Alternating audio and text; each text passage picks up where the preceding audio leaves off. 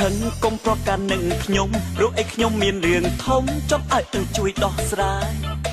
រស័ព្ទរសល់គេមិនសុខបេះដូងអោបទុកគិតខ្វល់ខ្វាយមេត្តាជួយផងណាណាទិញរាប់រយដងឲ្យតែបានឃើញមុខទូអស់អីក៏មិនគិតឲ្យតែបានចិត្តអាមួយចូលដំដឹងនាងឲ្យបានឆាប់នាងកូនហៀមម៉ាប់លក់ចាប់ពួយកុំកុនតើអើយឆាប់ស្ដី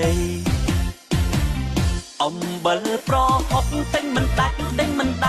ខ្ទឹមរេចស្ករចង់បាច់ទិញមកទុករាល់ថ្ងៃប្រពេញភូមិនៅមិនសុខ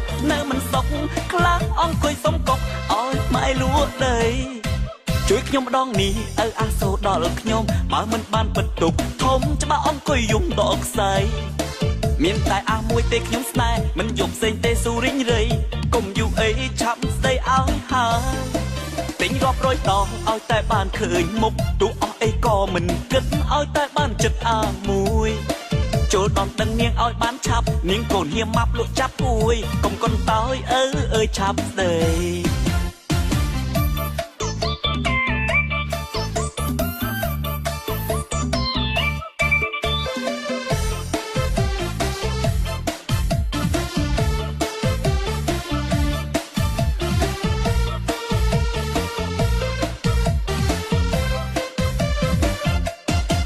អើយកុំខឹងកុំប្រកាន់នឹងខ្ញុំព្រោះខ្ញុំមានរឿងធំចង់ឲ្យជួយដោះស្រាយរស័ព្ទរសល់គេមិនសុខបេះដូងអោបទុកគិតខ្វល់ខ្វាយមេត្តាជួយផងណាណាទិញរាប់រយដងឲ្យតែបានឃើញមុខទូអស់អីក៏មិនគិតឲ្យតែបានចិត្តមួយចូលដំដឹងនាងឲ្យបានឆាប់នាងកូនហៀមម៉ាប់លក់ចាប់ពួយកុំកុនតើ